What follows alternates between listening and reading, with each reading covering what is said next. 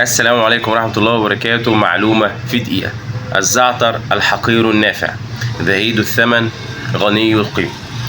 الزعتر من الأعشاب لها تأثير قوي جدا على مجموعة من الأجهزة: الجهاز التنفسي، الجهاز الهضمي، الكبد، الجلد.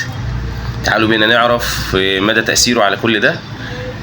مشروب واحد يومي يكفي من مشاكل الحساسية والربو. معلقة صغيرة عليها كوباية مية مغلية زي الشاي الكشري تقي من مشاكل الربو والحساسية. هو مفيد جدا للجهاز التنفسي ومشاكل الجهاز التنفسي كاملة. الجهاز الهضمي، مشاكل القولون التقرحي، كانسر القولون كمان.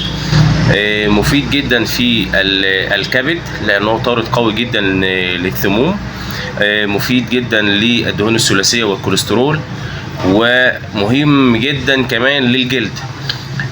دهان زيت الزعتر على الجلد مع زيت البابونج بيقي من مشاكل حب الشباب، بالإضافة إلى إن هو ممكن يتنقط نقط صغيرة ما بين الصوابع لمشاكل التنية والإكزيما للقضاء على هذه الفطريات. دمتم في صحة، والسلام عليكم ورحمة الله وبركاته.